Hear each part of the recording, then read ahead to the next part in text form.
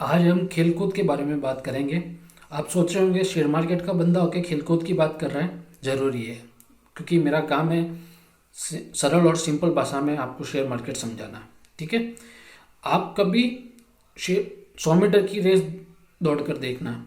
जब आप 100 मीटर की रेस दौड़ेंगे तो एक लेवल के बाद आप अपने आप रुकना शुरू हो जाएंगे। आपको कोई रुकने का नहीं बोलेगा। ठीक है। जितनी वेग से आप भाग सकते हैं भाग कर देख लीजिएगा। एक लेवल के बाद आपको कोई आकर बोलने वाला नहीं है कि रुकिए। आपकी बॉडी अपने आप जवाब देना शुरू कर देगी और आप आकर रुक जाएंगे। ठीक है। ये ध्यान रखना आप। अब मैं ये क्यों बता रहा हूँ, इसलिए बता रहा हूँ। कई बार क्या होता है, हमें कोई अच्छी कंपनी अच्छे प्राइस पे मिल जाती है। ठीक है। और हर बार मिल जाती है। कंपनी की भरमार पड़ी है और लोग, मुझसे भी अच्छे अच्छे लोग बैठे हैं इस मार्केट में जो रिकमेंड करते हैं और अच्छी प्राइस पे रिकमेंड कर देते हैं, सस्ती प्राइस पे। और वो क्या होता है, लक होता है, जो भी कह दीजिए उस प्राइस का, उसके सही समय पे उसको प्रिडिक्ट कर देना या वो कर देना। तो क्या होता है, वो बहुत कम समय में अच्छा रिटर्न दे देती है। तो जब शेयर, अब उसको समझिएगा आप, जब शेयर ने 100 मीटर की रेस लगा दी है तो उस शेयर की भी एक कैपेसिटी के बाद में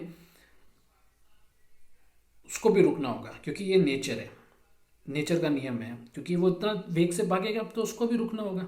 उसको रुकने के लिए कोई बोलेगा नहीं। ठीक है। तो वो रुकेगा।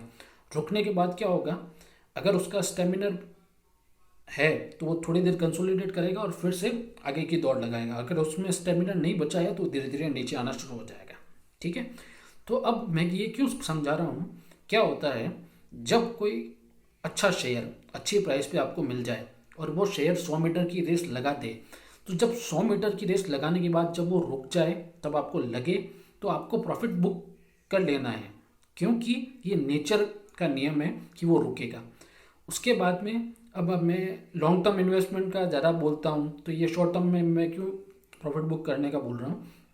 मैंने हमेशा से बोला है कि अगर आपको अच्छा प्रॉफिट मिल रहा है तो आपको 70-30 का रेशियो रख कर चलना है।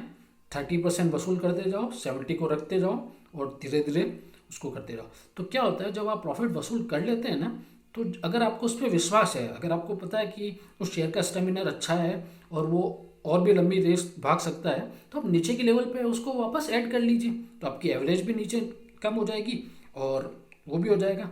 ठीक है। अब आप एक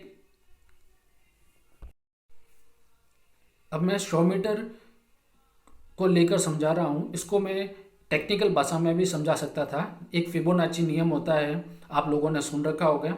उसको मैं डाल सकता हूँ, समझा सकता हूँ। वो बॉल ऊपर से गिरेगी, फिर इतनी बार वो टुक्का खाएगी, धीरे धीरे नीचे आ जाएगी और फिर रेंगना शुरू हो जाएगी। ये सारा नियम है। ठीक है। यूट्यूब पे भरे पड़े हैं और समझाने वाले भी बहुत सारे लोग बैठे हैं, तो मुझे समझाने की ज़रूरत है नहीं और ना ही मेरा ये काम है, क्योंकि मेरा काम है सरल और सिंपल भाषा में शेयर मार्केट समझाना, जो मैं कोशिश करता हूँ। ठीक है।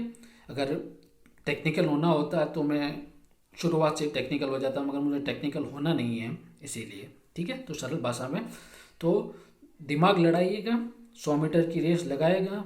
अगर आपका शेयर 100 मीटर की रेस लगा लेता है तो आपको पता है आपको प्रॉफिट कब बुक करना है, कौन सा रेशियो प्रॉफिट बुक करने के लिए सही है। ठीक है। फिर भी अगर आपको समझ में नहीं आए तो आप मुझे मैसेज कर दीजिएगा, मैं आपका पूरा पूरा सहयोग करूँगा जो मुझसे बन पड़ेगा। ठीक है। थैंक यू, धन्यवाद।